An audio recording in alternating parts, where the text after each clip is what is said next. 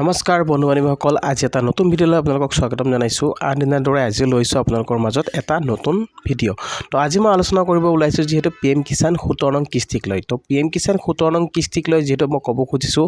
যে এইবাৰ কৃষকসকলে 17 নং কিস্তি লাভ কৰিবনে নকৰে। তো কোনসকল কৃষকক দিয়া হ'ব 17 নং কিস্তি। আপুনি বাৰু লাভ কৰা নাই নেকি 16 নং কিস্তি? যদি আপুনি 16 নং কিস্তি লাভ কৰা নাই তেনেহ'লে আপুনি 17 নং কিস্তি পাবনে? তো আপুনি কি কৰিব লাগিব, কি কৰিলে আপুনি লাভ কৰিব 17 নং কিস্তিৰ ধন। যিহেতু 17 নং কিস্তিৰ যিহেতু ডেট আহি গৈছে, আপোনালোকক যিহেতু মই আজি জনাম কেতিয়া আপুনি 17 নং কিস্তি লাভ কৰিব আৰু কোনটো মাহত দিয়া হ'ব 17 নং কিস্তিৰ টকা।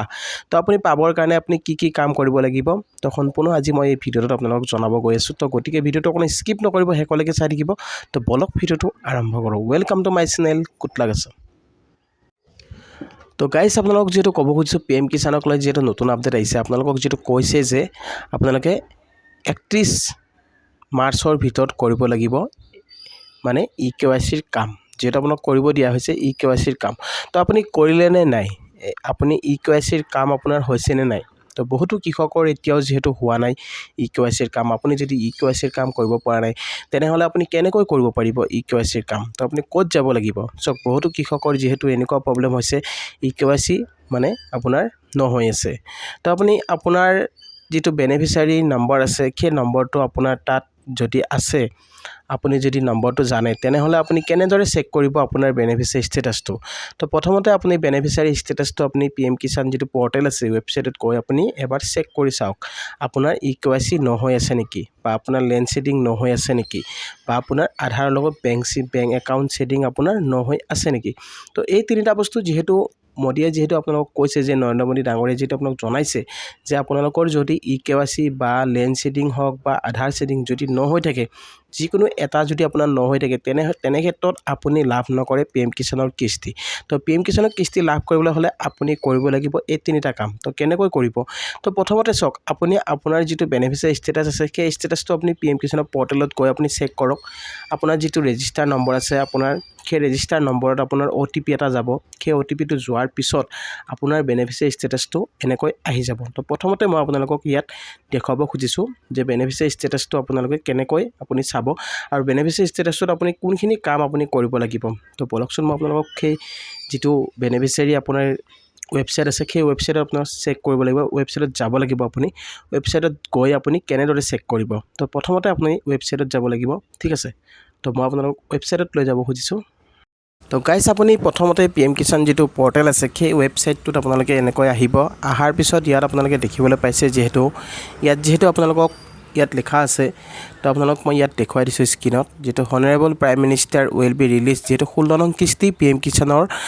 28 ফেব্ৰুৱাৰীত দিয়া হৈছিলে, ঠিক আছে। তো ইয়াত আপোনালোকক চাওক, এটা আপোনালোকক ইয়াত হেল্পলাইন নম্বৰ দিয়া আছে PM কিষাণ হেল্পলাইন। যদি আপোনালোকে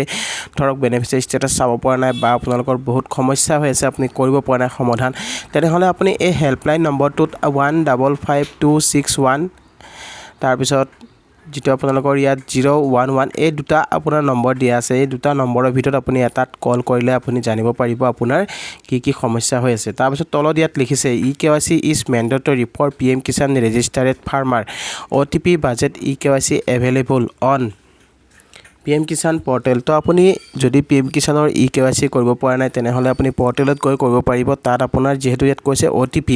আপোনাৰ OTPৰ মাধ্যমেৰে আপুনি কৰিব পাৰিব EKYCৰ কাম। যদি আপুনি কৰিব পৰা নাই তো আপুনি কেনেদৰে কৰিব চাওক। আপোনালোকক প্ৰথম যিহেতু মই ক'ব খুজিছোঁ, যদি আপোনাৰ PM কিষাণৰ যদি আপুনি KYC কৰিব পৰা নাই আপুনি CSC চেণ্টাৰত যাব পাৰে বা CSC চেণ্টাৰত গৈ আপুনি কৰিব পাৰে। আৰু এটা অপশ্যন আছে আপোনালোকে ইয়াত জানিব পাৰে, need help ask Kisan Mitra. তো ইয়াত আপোনালোকৰ ইয়াত স্ক্ৰীনত দেখিবলৈ পাইছে নিড হেল্প বুলি অপশ্যনটো। তো ইয়াত আপোনালোকে ক্লিক কৰি দিব পাৰে। তো ইয়াত ক্লিক কৰি দিলে আপোনাৰ কিষাণ মিত্ৰা যিটো আছে সেই বস্তুটো আপোনাৰ এনেদৰে আহি যাব। তো ইয়াত আপোনালোকে জানিব পাৰিব বস্তু কিছুমান, ইয়াত জানিব পাৰিব আপোনালোকৰ কি সমস্যা হৈ আছে, ঠিক আছে। 30 তাৰিখ সে যোজনা লাগু হৈ ইয়াত আপোনালোকৰ আহি যাব বা কিবাকিবি অপশ্যন ইয়াত আহি যাব। ইয়াত প্ৰশ্ন দিয়া আছে, সেই প্ৰশ্নবিলাকৰ আপুনি উত্তৰ ইয়াত পাব, ঠিক আছে। আৰু যদি আপোনালোকে ইয়াত সুধিব বিচাৰিছে কিবা, যদি আপোনাৰ প্ৰশ্ন থাকে তেতিয়াহ'লে আপুনি ইয়াত প্ৰশ্ন কৰিব পাৰে, বা আপোনাৰ ইয়াত ৰেকৰ্ডিং ছিষ্টেম আছে, অডিঅ' ৰেকৰ্ডিং। এই ৰেকৰ্ডিঙৰ সহায়ত আপুনি প্ৰশ্ন সুধিব পাৰে বা আপুনি ইয়াত লিখি দিব পাৰে আপুনি কেনেদৰে আপোনাৰ EKYC কাম কৰিব লাগিব বুলি আপুনি ইয়াত লিখি দিলে ইয়াত প্ৰশ্নৰ উত্তৰটো আপুনি পাই যাব। তো ইয়াৰ সহায়ত আপুনি কৰিব পাৰে কিষাণ ই মিত্ৰ কিষাণ ই মিত্ৰৰ সহায়ত যিহেতু আপুনি ইকেৱাইচিৰ কাম কৰিব পাৰে যিবিলাক আপোনাৰ মানে কৃষকসকলৰ যিবিলাক সমস্যা হৈ আছে সেই সমস্যাবিলাক আপোনালোকে এই কিষাণ ই মিত্ৰৰ সহায়ত আপোনালোকে জানিব পাৰিব তো এতিয়া মই আপোনালোকক দেখুৱাব খুজিছোঁ তো আপোনাক দেখুৱাব খুজিছোঁ যে আপুনি বেনিফিচিয়াৰী ষ্টেটাছটো কেনেকৈ চেক কৰিব তো বেনিফিচিয়াৰী ষ্টেটাছটো মানে নাও ইয়াৰ ষ্টেটাছত আপুনি যাব লাগিব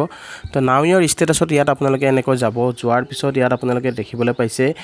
ইণ্টাৰ ৰেজিষ্ট্ৰেশ্যন নম্বৰটো আপুনি ইয়াত দিব লাগিব ইণ্টাৰ ৰেজিষ্ট্ৰেশ্যন নম্বৰটো দিয়াৰ পিছত ইয়াত কেপচাৰ এটা দিয়া আছে কেপচাৰটো আপুনি দিব তাৰপিছত গেট অ'টিপিত গুচি যাব যোৱাৰ পিছত আপোনাৰ বেনিফিচিয়াৰী ষ্টেটাছটো ওলাই আহিব কেনেদৰে ওলাই আহিব মই আপোনাক দেখুৱাইছোঁ কি কাম আপোনালোকে কৰিব লাগিব তো গাইজ আপুনি যেতিয়া OTP আপুনি ফাইল কৰিব OTP ফাইল কৰাৰ পিছত আপোনাৰ বেনিফিচিয়াৰী ষ্টেটাছটো এনেদৰে আপুনি দেখিবলৈ পাব চাওক বেনিফিচিয়াৰী ষ্টেটাছটো আপুনি ইয়াত এটা বস্তু আপোনালোকে ইয়াত চাব পাৰিব যে আপোনাৰ লেণ্ড শেডিং আৰু ইকেৱাইচি আপোনাৰ Aadhaar bank account seeding status yes হৈ আছে নে নাই এই তিনিটা বস্তু যদি আপোনাৰ ইয়েছ হৈ থাকে তেনেহ'লে আপোনাৰ চিন্তাৰ কাৰণে আপুনি PM কিষাণৰ কিস্তি লাভ কৰিব তো বহুতো কৃষকৰ যিহেতু ইকেৱাইচিৰ প্ৰব্লেম হৈ আছে বা কিছুমানৰ লেণ্ড শেডিং হৈ আছে বা কিছুমানৰ আধাৰ বেংক একাউণ্ট শেডিং হৈ আছে তো আপোনাৰ চিন্তা কৰাৰ কাৰণ নাই তো এইখিনি বস্তু বহুতেই যেহেতু আপোনালোকে এই বস্তুটো আপোনালোকে যেহেতু অফিসত বা আপুনি কৰিব বিচৰা নাই কিন্তু আপোনালোকে যদি কৰে আপুনি নিশ্চয় হৈ যাব আপোনালোকে ক'ত যাব লাগিব তো আপুনি মোবাইলতো কৰিব পাৰিব ই মিত্ৰৰ সহায়ত আপুনি তাতে আপুনি জানিব পাৰিব কেনেকৈ কৰিব লাগে আপুনি প্ৰশ্ন কৰিব পাৰে মই যেহেতু দেখুৱালো তাত প্ৰশ্ন কৰিও আপুনি জানিব পাৰিব ক'ত কি আপোনালোকক তাতে ফুল সলিউশন দি দিব কেনেকৈ ক'ত যাব লাগিব তো আপুনি ইয়াত আপোনালোকে কি কৰিব চাওক আপোনাৰ যদি ইকেৱাইচি প্ৰব্লেম হৈ আছে আপোনাৰ মোবাইলত যদি OTP আহা নাই বা আধাৰ যদি আপোনাৰ প্ৰব্লেম হৈ আছে তেনে ক্ষেত্ৰত আপুনি CSC চেণ্টাৰত যাব পাৰে আপোনাৰ CSC চেণ্টাৰ ওচৰত থকা যিটো CSC চেণ্টাৰ আছে তাত গৈ আপুনি ইকেৱাইচিৰ কাম কৰিব পাৰিব তো ইকেৱাইচিৰ কাম আপুনি কৰি লওক আৰু লেণ্ড শেডিং আপোনাৰ যদি ন হৈ আছে তেনেহ'লে আপুনি এখন নতুনকৈ আপুনি মাটিৰ ডিটেইলছ দিব লাগিব তো মাটিৰ যিটো ডিটেইলছ আছে সেই ডিটেইলছটো যেহেতু আপোনালোকৰ সেই মাটিৰ ডিটেইলছটো নতুনকৈ দিয়াৰ পিছত আপোনাৰ লেণ্ড শেডিংটো ওকে হৈ যাব আৰু FTO প্ৰচেছটো আপোনাৰ ইয়েছ এইটো আপোনালোকৰ কেতিয়া ইয়েছ হ'ব যেতিয়া আপোনাৰ পেমেণ্ট মানে কিস্তি যেতিয়া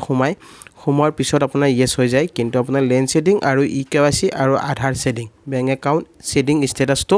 আপোনাৰ ইয়েছ হ'ব লাগিব তো এইখিনি বস্তু ইয়েছ হ'লে আপোনাৰ টেনশ্যন নাই আপুনি নিশ্চয় লাভ কৰিব PM কিষাণ কিস্তি তো গাইজ কেনেদৰে আপুনি চেক কৰিব লাগে নিশ্চয় বুজি পালে তো PM কিষাণৰ যিটো বেনিফিচিয়াৰী ষ্টেটাছ আছে সেই ষ্টেটাছটো আপুনি এবাৰ চেক কৰক তো আপুনি যদি চেক নকৰে তেনেহ'লে আপুনি গম নাপাব আপোনাৰ কি সমস্যা হৈ আছে ঠিক আছে তো এনেকৈ আপুনি PM কিষাণ ষ্টেটাছটো চেক কৰিব লাগিব